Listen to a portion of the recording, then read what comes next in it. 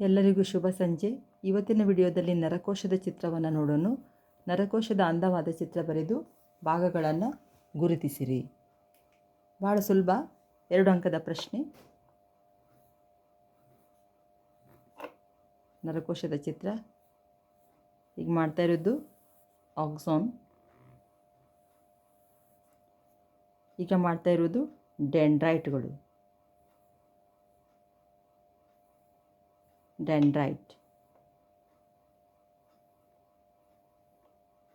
ಡೆಂಡ್ರೈಟ್ಗಳು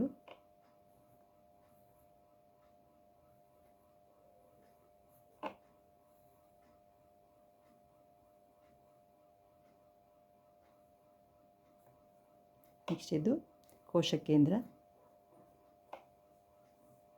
ಇವು ಮಯಲಿನ್ ಹೊದಿಕೆ.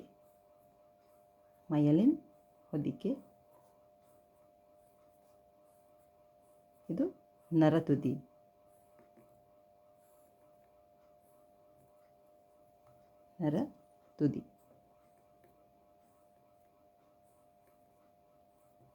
ಸುಲಭವಾಗಿ 2 ಅಂಕಗಳು. ಭಾಗಗಳನ್ನು ಗುರುತಿಸೋಣ. ಡೆಂಡ್ರೈಟ್,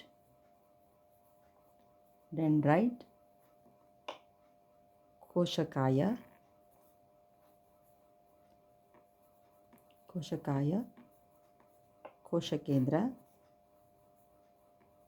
ಕೋಶಕೇಂದ್ರ, ಆಕ್ಸಾನ್, ಮಯಲಿನ್ ಹೊದಿಕೆ,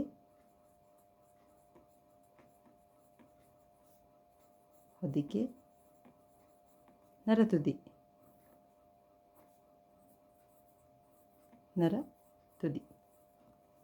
ಸುಲಭವಾಗಿ 2 ಅಂಕಗಳನ್ನು ನಾವು ಗಳಿಸ್ಬೋದು.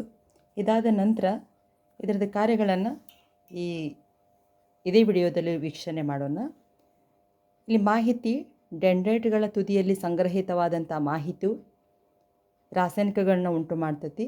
ಈ ರಾಸಾಯನಿಕವು ವಿದ್ಯುತ್ ಆವೇಗವನ್ನು ಸೃಷ್ಟಿ ಮಾಡ್ತದೆ.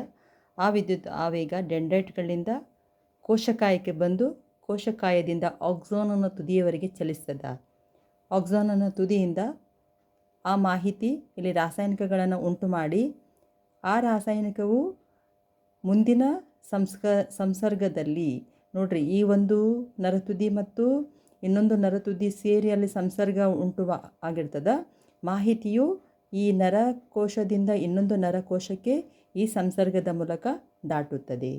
ಸೊ ಇದು ಈ ನರಕೋಶದ ಕಾರ್ಯಗಳು. ಅಂದರೆ ಡೆಂಡ್ರೈಟ್ನಿಂದ ಮಾಹಿತಿ ಯಾವ ರೀತಿ ಆಕ್ಸಾನನ ತುದಿಯವರೆಗೆ ಚಲಿಸಿ ಇನ್ನೊಂದು ನರಕೋಶಕ್ಕೆ ಚಲಿಸದೆಂಬುದನ್ನು ನೋಡಿದ್ವಿ. ಸೊ ಎಲ್ಲರೂ ಇದನ್ನು ಮಾಡಿದ್ದೇ ಆದ್ರೆ ಪ್ರಶ್ನೆ ನರಕೋಶದ ಚಿತ್ರ ಕೇಳಿದರೂ ಬರಿಬೋದು, ಅಥವಾ ಮಾಹಿತಿ ಯಾವ ರೀತಿ ಡೆಂಡ್ರೈಟ್ನಿಂದ ಆಕ್ಸಾನನ ತುದಿಯವರೆಗೆ ಚಲಿಸದೆಂಬುದನ್ನು ಕೂಡ ನಾವು ಬರೆಯಬಹುದು.